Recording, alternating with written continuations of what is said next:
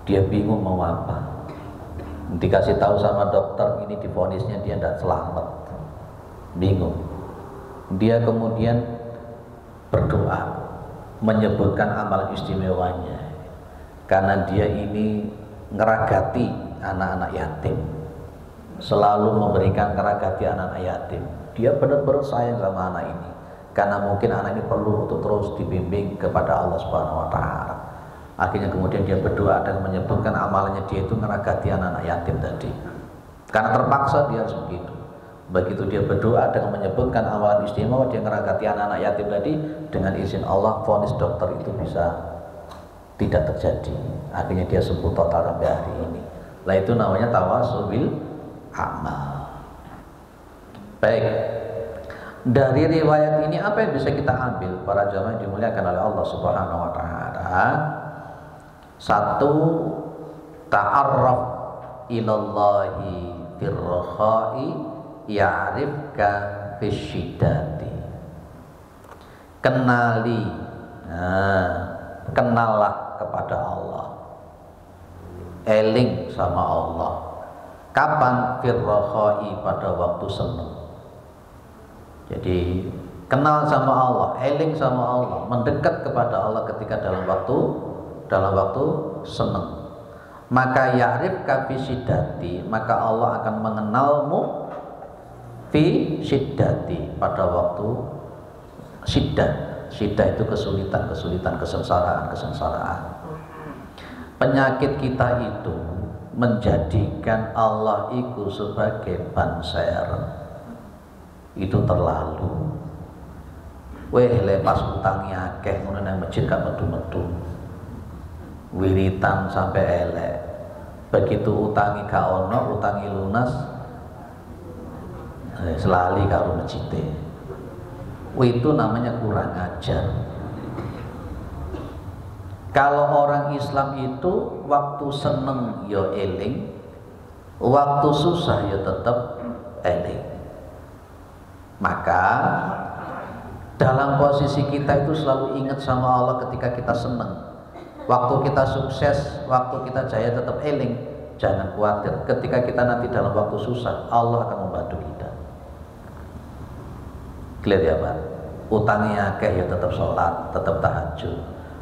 Gak duwe utang ya tetap sholat, ya tetap tahajud. Menurut saja nih. Kadangkala pas lagi ketlaya bingung ndak karo karuan, kait eling karo Gusti Allah.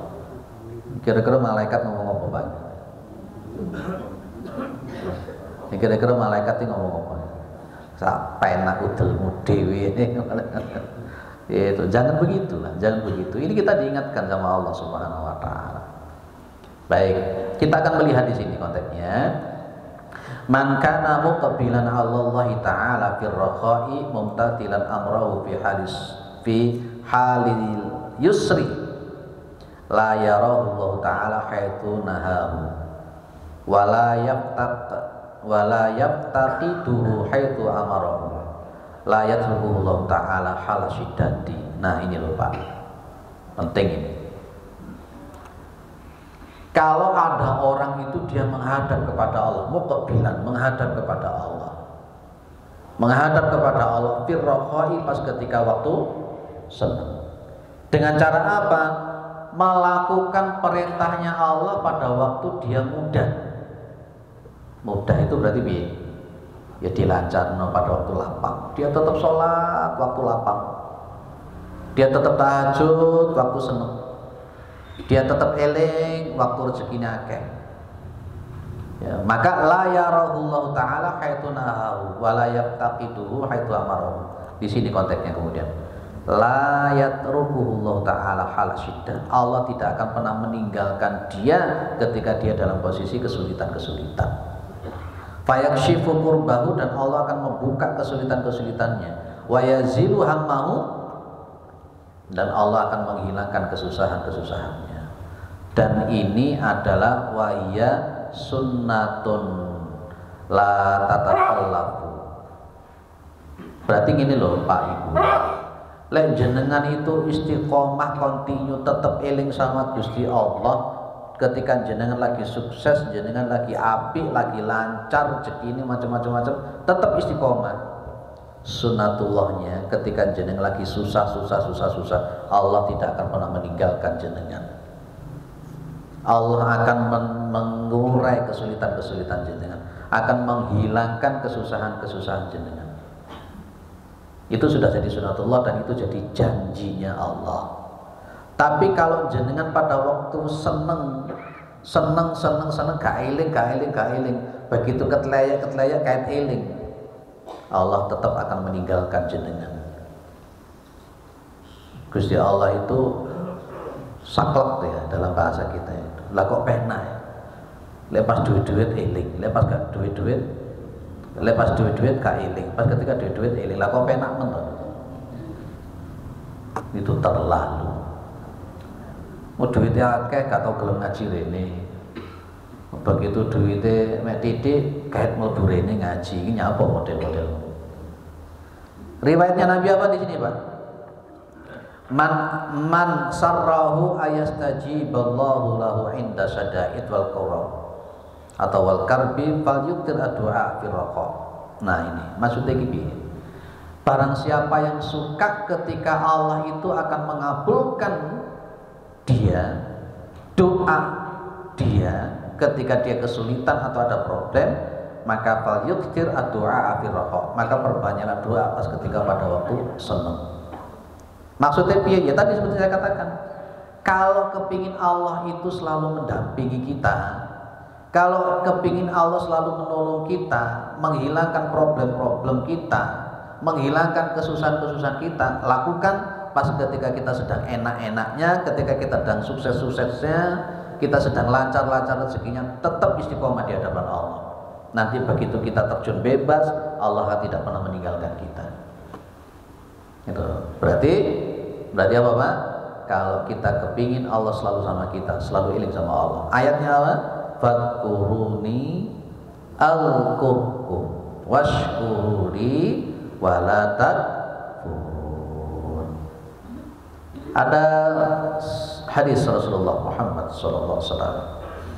Ini Nabi Muhammad SAW itu lagi bonceng yang namanya Ibnu Abbas, dan Rasulullah Muhammad SAW itu memberikan wasiat, nasihat kepada Ibnu Abbas. Ini wasiatnya Nabi. Lihat di sini, mulai sini ya. Ihfadillah yahfadka. Nah, apa artinya Pak? Jagalah Allah. Maksudnya jaga Allah itu piye to? Mosok Gusti Allah kate dijaga, ndak ya? Jagalah syariatnya Allah dengan melakukan perintah-perintah Allah, menjauhi larangan-larangan Allah, maka yahfadka. Allah itu akan menjagamu. Kalau kita kepingin dijaga sama Allah, ya jaga syariatnya. Kalau kepingin ditolong sama Allah, ya ramut syariatnya. Jangan khawatir. Masih ingat ayatnya surat At-Tolak ayat 2. Surah At-Tolak ayat 2. Surah At-Tolak ayat 2. Saya bukakan sedikit surah At-Tolak itu di juz 28. Wa idza massa'al insana adurru, dan apabila manusia itu terkena namanya adurru, apabila menimpa kepada manusia adurru. Adurru itu apa Pak? Kesulitan, kepayahan, ketleyak itu tadi. Da'ana li jambihi au qa'idan au qa'iman. Dia berdoa kepada kami pada waktu tidur, pada waktu duduk, pada waktu berdiri, dungo terus. Falamma kasyafna anhu durrahu marraka alam yad'una ila dzurri massah. Ketika kami sudah membuka, mengentaskan, menghilangkan kesulitan-kesulitan, problem-problemnya itu, marraka alam yad'una, dia berjalan seolah-olah tidak pernah berdoa kepada kami. Surat Yunus ayat 12. Lainlah mirip dengan kita tuh ini. Surat Yunus ayat 12. Pas begitu ada masalah-masalah, dia berdoa, entah sambil tidur, sambil duduk, sambil berdiri, elek terus dungo terus. tapi begitu problem itu selesai seolah-olah koyo-koyo gak tahu dungo, sombongnya kembali. Dan itu juga sifat daripada orang kafir. Ada yang repot lagi di sini nih, di poin surah Fussilat ayat 50. Di Fussilat ayat 50 ini. Ini lebih kurang ajar lagi. Wala in adzaqnahu rahmatan minna min ba'di dharra masatuhu.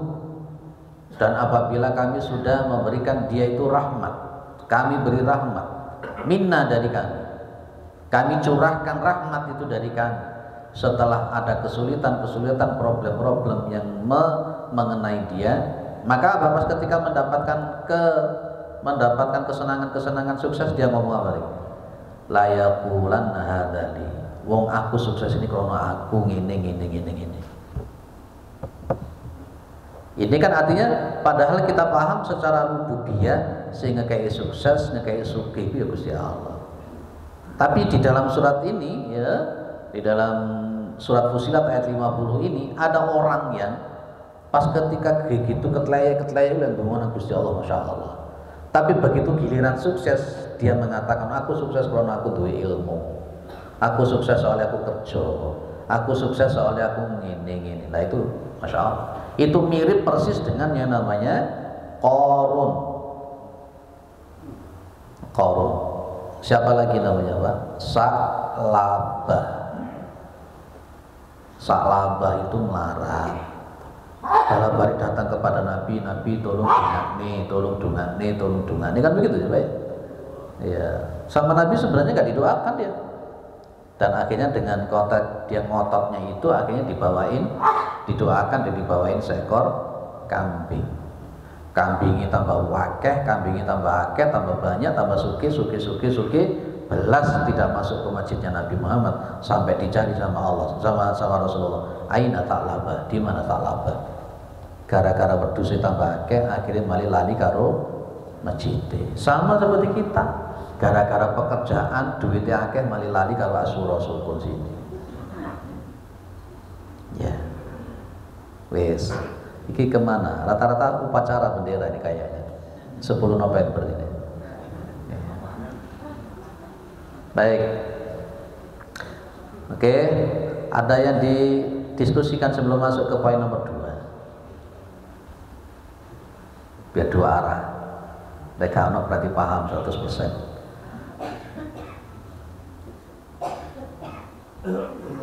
Oke. Kalau kita mau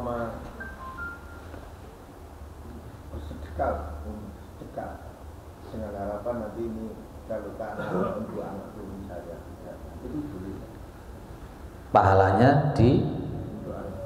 Pahalanya dikirimkan untuk anak turun yang masih hidup atau sudah mati? Masih hidup. Jadi dia begini contohnya. Wes aku tak wakaf. Atau yang belum anak-anak kita untuk anak turun kita, maksudnya gitu. Kalau yang seperti itu tidak ada dalilnya. Yang masih hidup juga ada. Kalau umpamanya begini, yang dalil khusus itu ada ketika ibu atau bapaknya sudah wafat. Suatu saat ada seorang datang kepada Nabi, ya Rasul, ini ibu saya sudah meninggal. Ya. Ibu saya sudah meninggal dan tidak memberikan wasiat apa-apa ibu saya itu. Kalau saya ini mensodakokan ini, apakah dia juga punya dapat pahala? Ini untuk ibu saya. Nabi bilang na'am, sampai. Itu riwayat Muslim. Tapi kalau untuk selain hadis ini berkenaan dengan seperti ditanyakan, memang tidak ada dalil khusus. Tidak ada dalil khusus memang. Nah disinilah kemudian muncul daripada perbedaan di kalangan para ulama. Kalau berkenaan masalah ibadah itu kita itu tauqifiyah. Andai kata umpama hal yang seperti jenengan katakan itu adalah iya, tentu para sahabat adalah orang-orang yang paling pertama yang melakukan. Maka kita kan mengerucutkan istimbatul ahkamnya melihatnya kepada sahabat ini. Ya, atasnya adalah Rasulullah Muhammad SAW. Ketika ada dalil khusus tidak, apakah ada juga perilaku dari para sahabat atau tidak? Kalau tidak, berarti kita tidak. Nah inilah kemudian begini Pak, Saya masih ingat ketika saya punya buku kristologi. Mohon maaf ini. Sang ahli dari itu dia mengatakan, loh, kalau umpamanya Islam itu menolak dosa waris, kenapa di dalam Islam ada pahala waris? Dia pakai logika. Kalau umpamanya ada bayi yang lahir kemudian dia membawa dosa dan harus dibaptis sebagai dosa waris, dan itu ditolak sama Islam. Sekarang kebalikannya, kenapa mesti harus ada pahala waris? Apa pahala waris itu, Pak? Ya seperti yang jenengan katakan tadi, termasuk pahala waris. Nah akhirnya debat antara kiai Pak An itu. Nah akhirnya Pak Yainya menjawab, udah ada dalil khusus. Ketika tidak ada dalil khusus dan kemudian tidak ada contoh dari Kanjeng Nabi, tidak ada contoh dari para sahabat, tidak, ya sudah, kita tidak mengatakan itu. Itu jawaban saya. Berarti tidak perlu.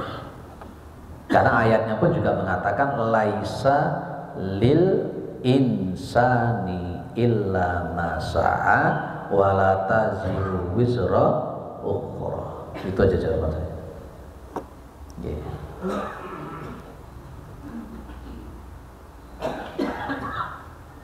Ada yang lain?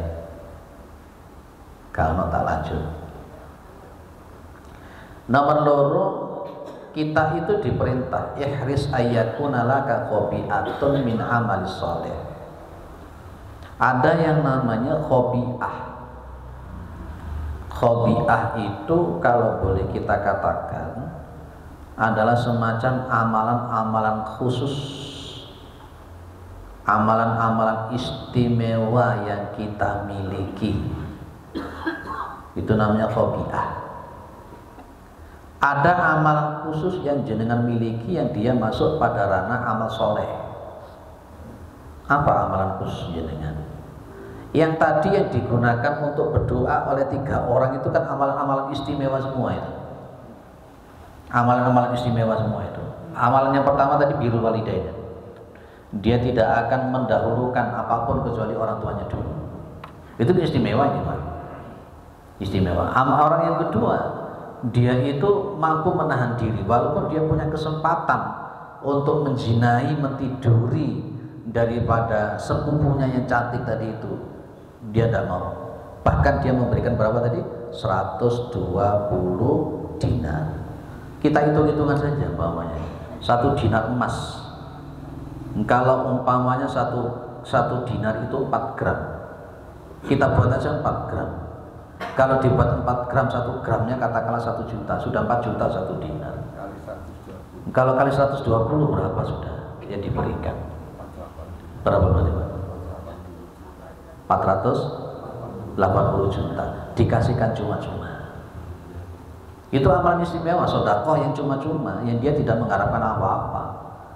Makanya dalam Al-Quran ada muncul kalimat ya ayyuhalladzina amanu la tubtilu shadaqatikum bil manni wal adha. Itu di juz yang ketiga ya.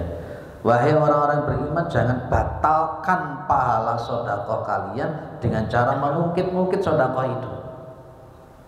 Wala adha, dan kemudian juga jangan membatalkan pahala sedekah kalian itu dengan cara menyakitin orang yang diberi. Itu kan awal istimewa 460 juta kalau kita hitung, bahwanya andai kata itu 1 juta per gram dikasihkan cuma-cuma, dan dia itu punya kesempatan sebenarnya untuk menzinai sepupunya, tapi dia tidak lakukan. Ini amalan istimewa. Yang ketiga itu kan dia ini kan luar biasa toh. Katakanlah bayarannya itu 1 juta. Pas ketika anak buahnya pergi kan 1 juta ini dia kembangkan. Sebenarnya dia bisa mengasihkan cuma 1 juta. Oh itu bayar mobil 1 juta. Tapi yang dia lakukan tadi apa, Pak? Dia uang yang katakanlah 1 juta itu dikembangkan sedemikian rupa, bisa sampai jadi sapi, jadi unta, jadi kambing, jadi emas, dikasihkan semuanya. Ini pepek ini kita punya. Inilah yang kita sebut dengan khobi'ah. Amalan istimewa yang kontinu yang dia lakukan. Jenengan punya amalan istimewa apa kira-kira? Sing paling jenengan jonggol ini dalam amalan istimewa apa? Berbakti orang tua. Berbakti kepada orang tua. Ya. tenanan ya. Berbakti orang tua itu memang paling yang luar biasa ya. Kira-kira lepas zaman ngaji ini kita telepon ibu kawan mulai enggak? Pulang ya? Wajib pulang. Wajib. Oleh kabeh diceluk wong tuane aku ngaji ngomong dhewe. Iya. Berbakti kepada orang tua itu poin pertama. Nanti akan kita bahas tentang itu di bawah-bawah. Jangan harus perlu untuk punya amalan istimewa. Kita lihat amalan istimewa yang 7 macam. Ini mudah-mudahan 7 amalan istimewa ini namanya khobiah. 7 amalan istimewa. Saking istimewanya 7 poin ini nanti dilindungi oleh Allah yang tidak ada perlindungan kecuali perlindungannya Allah di yaumul qiyamah. Dikasih privas langsung sama Allah. 7. Kira-kira nanti kita dari 7 ini termasuk golongan yang mana? Rasul menyebut dengan istilah sab'atun yudhilluhumullahu ta'ala fi dhillihi yauma la dhilla illa dhilluh. 7 kelompok yang Allah melindungi mereka, menaungi mereka di dalam perlindungan di mana hari yang tidak ada perlindungan kecuali perlindungannya Allah. Ini amalan istimewa yang disebutkan oleh Nabi. Nomor 1 apa Pak? Imamun adil, imam yang adil, pemimpin yang adil. Itu amalan istimewa itu.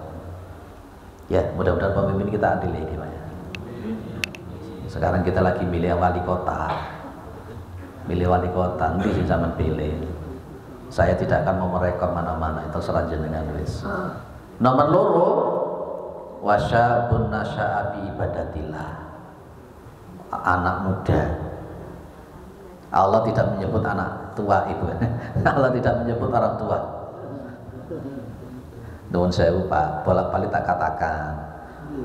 Lek ana wong sepuh kalau dia rajin ke masjid itu biasa. Asale wis mampu bisa. Wis mampu. Kalau ada orang tua rajin ibadah itu biasa. Ya. Tapi lek ana wong sepuh gak eling karo Gusti Allah iku sing gak karo-karuan. Lah di sini yang disebut oleh Kanjeng Nabi itu syabun. Syabun itu pemuda. Istimewa ada anak muda yang dia itu tumbuh di dalam masalah beribadah kepada Allah. Kalau ada anak muda rajin ke masjid itu yang luar biasa Pak. Berarti di sini oleh Allah Subhanahu wa taala yang diistimewakan itu yang muda, bukan yang tua. Lho Pak aku wis kanu ya ben nomen kan welek saiki tuwek ketobat, biasa ketobat tuwek-tuwek.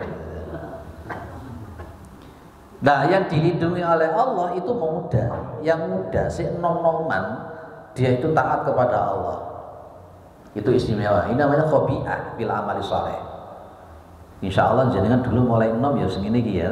Insyaallah. Mulai nom ya nang masjid ngene iki.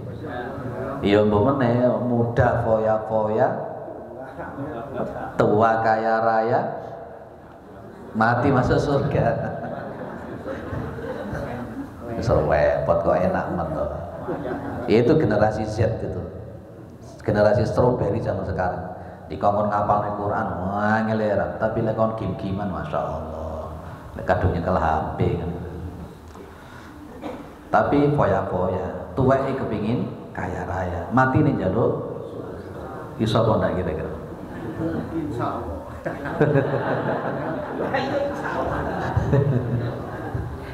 Wah. Karepe awak. Ya karepe. Tapi dicoba aja, dicoba. Nomor 3 yang dapat istimewa nanti warajulun qalbuhu mu'allaqun fil masajid.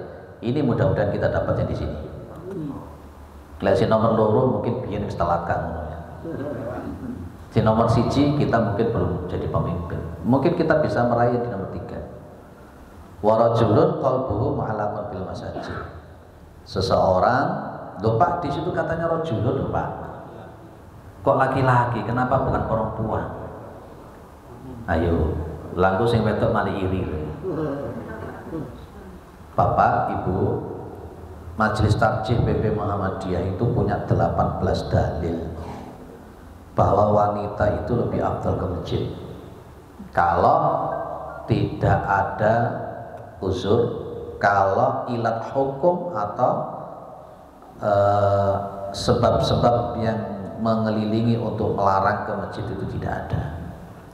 Ada 18. Dulu pas di Masjid mana itu di Sokon itu pas ketika pemakmuran masjid sudah saya sampaikan itu ya. Ada 18 dalil bahwa wanita pun juga masuk ke sini, dan 18 dalil kalau ilat hukumnya dihilangkan wanita juga lebih afdal ke masjid. Orang-orang yang hatinya selalu bergantung ke masjid, dia selalu memakmurkan masjid, itu maka dia itu nanti dapat free pass di yaumul qiyamah untuk dilindungi oleh Allah.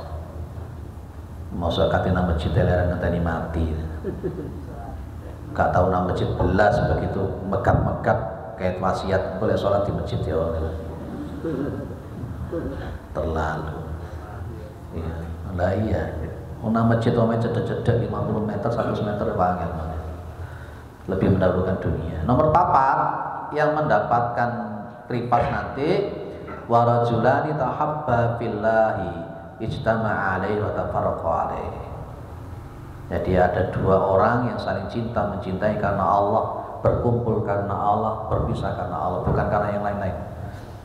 Bukan karena hartanya, bukan karena kecantikannya, bukan karena apa, bukan. Tapi betul-betul karena Allah.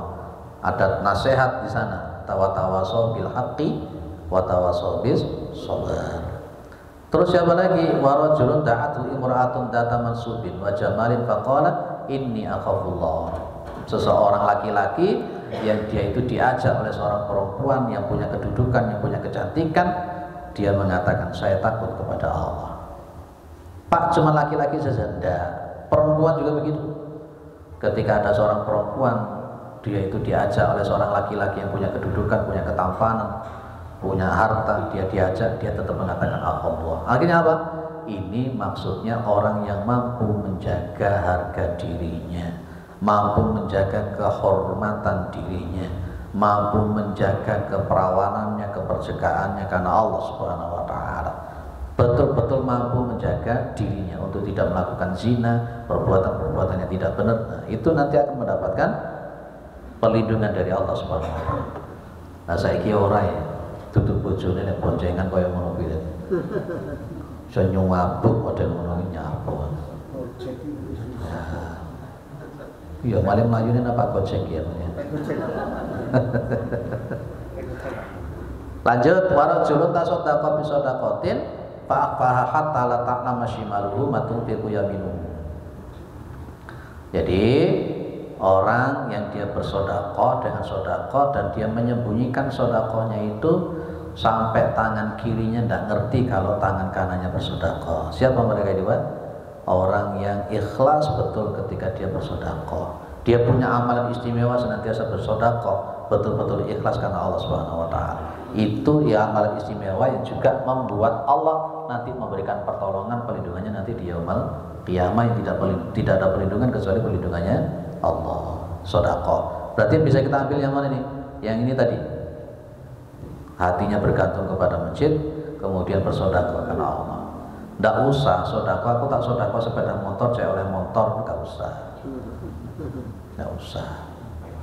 Wah, terakhir di situ warajulun dzakarallaha khaliyan fafatat ainahu. Dia menyendiri, dia khalwat berzikir kepada Allah Subhanahu wa taala, khaliyan menyendiri terus fafatat ainahu. Kedua matanya mengeluarkan air mata karena takut kepada Allah Subhanahu wa taala. Menyendiri namanya khalwat. Namanya khalwat, menyendiri, berzikir, istighfar kepada Allah. Dia takut kepada Allah, dia nangis di situ di hadapan Allah Subhanahu wa taala. Ini yang melindungi dia nanti. Clear? Ayo kita punya amalan yang istimewa yang betul-betul hanya karena Allah Subhanahu wa taala. Ya 7 ini, jadi dengan pilih mana yang kira-kira bisa dapat. Tahajudnya rutin, Pak? Tahajudnya sama dengan tahajud enggak? Dalam? Khalwatnya itu sama atau enggak kalau tahajud? Enggak sama ya? Tidak sama, Bapak. Nanti ada istilah uzlah, ada istilah khalwat, ada istilah tahannus. Ya, Yang saya maksud khalwat di sini tidak seperti khalwat yang di thariqat itu. Kalau di thariqat itu juga ada khalwat, tapi khalwatnya wiritannya aneh-aneh. Dengan begini cara duduk begini, cara duduk begitu. Itu yang saya maksud bukan khalwat itu. Khalwat di sini maksudnya adalah ketika dia memang sudah menyepi, menyendiri di situ. Saya katakan bahwa khalwat ini adalah uzlah yang sifatnya temporer. Kalau yang namanya uzlah itu benar-benar gak gelem kepethuk wong plus, dia ke gunung berang-berang tahun, itu namanya uzlah. Ya itu uzlah. Kira-kira uzlah zaman sekarang itu perlu mendapat. Nabi itu berbicara tentang uzlah. Ada si fulan dia uzlah, ya, si fulan yang B tidak uzlah. Sementara ini orang yang uzlah itu dia akhirnya kan untuk dirinya sendiri, Pak. Betul ya? Dia ibadah dewi neng gunung sendirian neng hutan diwian. Sementara orang yang kedua dia tidak uzlah, tapi dia tetap taat sama Allah dan melakukan amar ma'ruf nahi munkar, dia melakukan kegiatan-kegiatan sosial. Maka Nabi Muhammad mengatakan orang yang kedua jauh lebih baik daripada orang yang uzlah tadi. Kenapa bisa begitu? Karena agama itu bukan pribadi. Ya bisa saja jenengan nanti ke gunung wiritan, tasbihan, sholat, tapi jenengan melupakan perintah yang lain, sosial, amar ma'ruf nahi munkar dan sebagainya. Maka Nabi bilang orang yang uzlah ini sama orang yang tidak uzlah ini jauh lebih baik orang yang tidak uzlah tapi dia sabar dalam melakukan hal itu. Nah, kalau namanya khalwat itu bukan uzlah. Dia menyendiri dalam waktu yang temporer. Umpamanya jenengan punya waktu, wis setiap jam 2 malam sampai jam 4 saya tak bangun. Di situ saya tak zikir, tak tahajud. Ini juga namanya khalwat. Kita memang perlu untuk punya khalwat di dalam rangka untuk bermuhasabah dan berzikir kepada Allah. Jenengan punya waktu khalwat jam berapa? Atau mungkin belas gak tahu khalwat. Khalwat yang bagus itu kapan? Kalau yang ditunjukkan oleh Allah kapan, Pak? Wabil asharihum yastaghfirun. Kapan itu? Waktu sahur. Pada waktu sahur itulah yang bagus jenengan untuk melakukan khalwat. Dan di surah Al-Muzammil itu ada nisfah, ada thulutsain, ada thulutsah. Mana yang jenengan ambil? Kalau Nabi Muhammad SAW itu yang diambil biasanya yang thulutsah, sepertiga. Ada nisfah, ada thulutsain, ada thulutsah. Jenengan yang diambil yang mana? Pak, aku tak ini jam 4 ya, Bu, mana ada? Wong adane jam 3:30 lebih. Makanya memang ada muncul di dalam surat As-Sajdah juga kalimatnya tatajafa junubuhum 'anil madaji'i yad'u rabbahum khawfa wa tama'in wa mimma razaqnahum yunfiqun. Tatajafa junubuhum 'anil madaji'. Ya, lambungnya itu jauh dari tempat tidur. Ya di antaranya itu tadi solo tahu, sepertiga malam yang akhir itulah waktu bagus untuk khalwat jenengan. Di samping itu adalah dia waktu yang mustajab. Lalu kita ndak tang ini melek ono sepak bola tok. Lepas ono sepak bola tok wangi sampai isu, masya Allah. Clear ya, itu namanya khalwat ya. Jadi khalwat, ada khalwat. Kita perlu untuk punya khalwat, punya waktu kita menyendiri, beristighfar sebanyak-banyaknya, mohon ampun kepada Allah, dan inilah yang nanti mendapatkan amalan istimewa ini yang Allah memberikan perlindungan yang tidak ada perlindungan kecuali perlindungannya Allah. Insya Allah kita ini adalah orang-orang yang punya istiqomah untuk bangun di waktu sepertiga malam akhir. Kalau sekarang adanya itu umpamanya 3:30 lebih 10 menit, ya jenengan bangun jam 3, jam 2:30 bangun di situ sudah. Baik. Istrinya juga ikut dibangunkan. Istrinya. Sunnahnya itu jenengan membangunkan istri. Kalau istrinya tidak mau bangun, sunnahnya itu diperciki mukanya pakai air. Sunahnya begitu. Ya kalau umpamanya diperciki pakai air nggak bangun-bangun, terus kelambiornya tidak apa-apa. Dibalik juga begitu. Kalau istrinya yang bangun dulu, sunnahnya itu membangunkan suaminya. Kalau suaminya tidak mau bangun, silakan diperciki mukanya pakai air. Bukan kurang ajar, jenengan minta izin Bu nanti Bu. Beb, nanti malam aku bangun dulu tak perciki pakai air, tak bangunkan ya. Ya syukur-syukur tanpa diperciki air sudah bangun. Bukan bangun yang lain. Oh, bangun yang lain menjalui botol, mari turun meneh. Bukan begitu. Akhirnya mereka bareng-bareng bangun. Kemudian laki-lakinya jadi imamnya, masya Allah. Kemudian mereka sholat bareng. Saya yakin keberkahan itu akan turun dalam kehidupan rumah tangga jenengan dan juga kepada anak-anak jenengan. Tapi lek bapak molor, ibu molor, karena sing dungane anak iku dadi opo anak model. Gawe ini kandungo, tangini kawanan, maru susune kayak susu wedhus, susu kambing, cocok wis. Makanya lihat tingkai anaknya kayak sapi, kayak wedhus aja disalah. Salibin gawe ini bareng orang dulu bareng ya. Wis itu saja, itu amalan istimewa namanya Pak. Kita perlu amalan-amalan istimewa di sini. Loh Pak, saya punya amalan istimewa dalam rangka untuk supaya donga dikabulkan, bukan itu. Tapi percayalah dengan amalan-amalan istimewa itu nanti tanpa jenengan punya niat yang semacam itu sudah otomatis sudah. Tanpa diniatkan semacam itu sudah otomatis. Insya Allah jenengan semuanya punya amalan istimewa. Nah, ada ini di sini ada amalan istimewa ini. Orang ini punya amalan istimewa berupa sedekah. Tiap malam itu dia itu mesti keluar Pak. Tiap malam dia bawa uang untuk bersedekah. Jenengan pasti ingat cerita ini, pernah baca ini.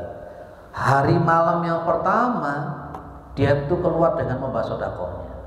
Dia meletakkan itu kepada tangannya orang yang pencuri. Jadi pengen menturet. Gak aru lah sing dikai iku maling.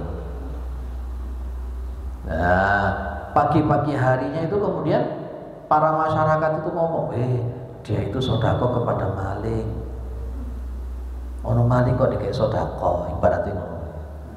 Ya. Dia cuma bilang, Allahumma lakal hamdu la tasaddaqan nabi sadaqatin. Ya, sekedar puji bagi Allah. Dia diilok ning ngono kuwi sampeyan iku sedekah karo maling iki piye? Ya sekedar puji bagi Allah. Jawabannya mek ngono tok.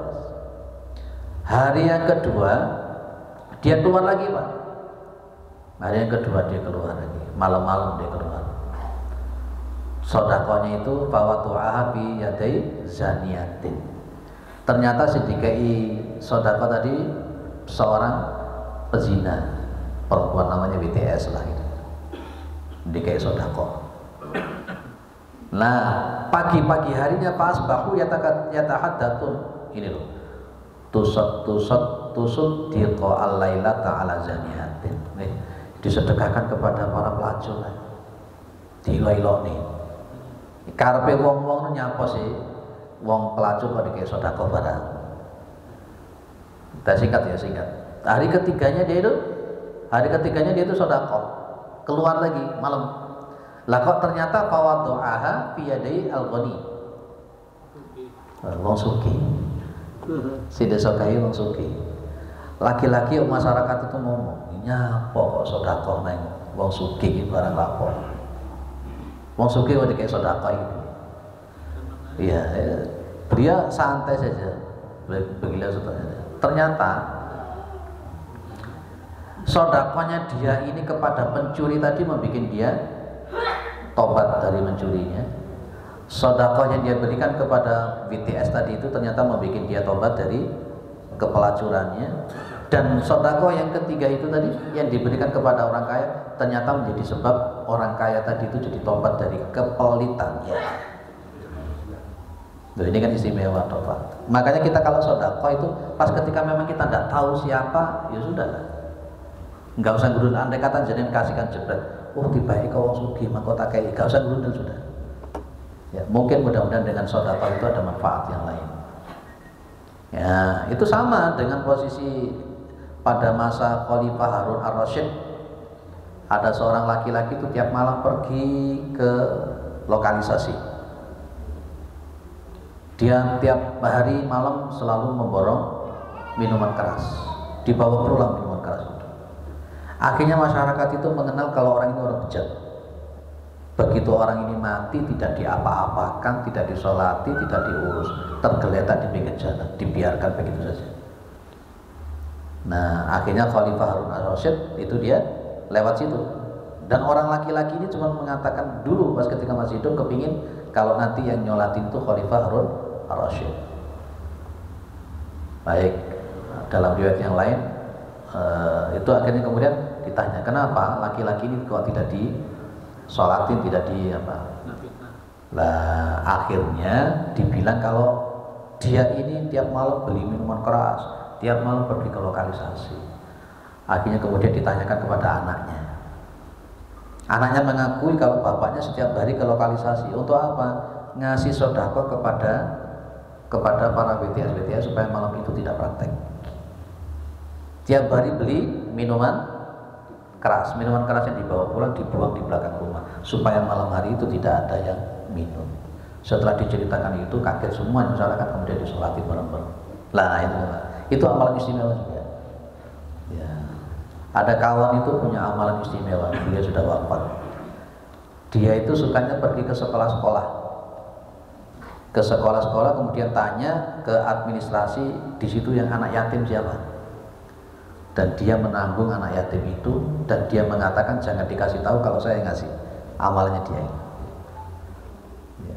Terutama sekolah-sekolah Muhammad dia digolei anak yatim-yatim. Ini kan amal istimewa. Masya Allah, dengan izin Allah bukan tambah melarat tapi tambah sugih. Dan meninggalnya setelah beliau naik haji. Itu amalan istimewa. Wes, itu yang namanya apa tadi Pak?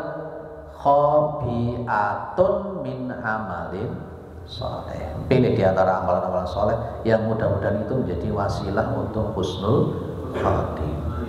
Oke, saya kira cukup. Ada yang ditanyakan lagi, ditambahkan lagi? Oke, monggo. Kalau ketiga-tiganya tanus, uzlah dan khalwat itu dapat bareng misalnya.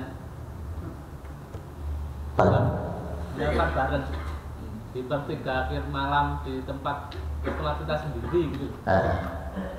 Bisa ini. Jadi perlu dibedakan ya antara khalwat dengan uzlah. Khalwat itu bagian daripada uzlah. Tahannus itu juga bagian daripada uzlah. Cuman perbedaannya kalau untuk uzlah itu gak anubas guys. Ya. Sementara kalau khalwat itu waktu temporer saja. Tapi dia tetap dalam kehidupannya nanti juga kembali dengan masyarakat. Bisa dilakukan, bisa. Bedanya gitu, bedanya. Kalau Ashabul Kahfi itu khalwat atau uzlah? Uzlah. Khalwat atau uzlah. Ashabul Kahfi itu uzlah namanya. Sampai ditidurkan berapa? 309 tahun. Jadi bisa Pak, bisa. Monggo ya. Ambil khalwat itu dengan baik. Tapi orang yang khalwat itu harus ada ilmunya. Ojo sampai nanti khalwat seperti yang dilakukan oleh Ahmad Musaddiq. Siapa Ahmad Musaddiq, masih ingat ya Pak? Begitu dia khalwat katanya uzlah, metu-metu ngaku jadi nabi. Memang godaannya orang khalwat itu macam-macam. Godong-dongi kayak seperti yang kawan saya cerita sama saya, didatangi oleh apa begitu, ada apa, aku kayak wangsit macam-macam lah. Ini bahaya gitu. Khalwat itu harus ada ilmu dan tauhidnya. Kalau supaya kita tidak aneh-aneh. Engko dong-dongi mari khalwat maru ngaku-ngaku, aku mari itu bisikan. Sebagai penutup jawaban saya Pak, suatu saat teman saya itu bilang, istrinya yang bilang ke saya, ya karena memang jam 2 jam malam. Istrinya tuh bilang katanya suaminya dapat bisikan kalau istrinya itu bukan rambutnya keriting. Sementara teman saya bilang, saya rambutnya keriting. Piye lah model. Lah itulah. Siapa yang adu-adu itu? Nah, makanya diantara bahayanya khalwat kalau tidak ada tauhidnya, ilmunya begitulah dipikir. Ya, saya kira cukup, mudah-mudahan bermanfaat. Mudah-mudahan kita husnul khatimah. Subhanakallahumma wa bihamdika asyhadu an la ilaha illa anta astaghfiruka wa atubu ilaik. Assalamualaikum warahmatullahi wabarakatuh.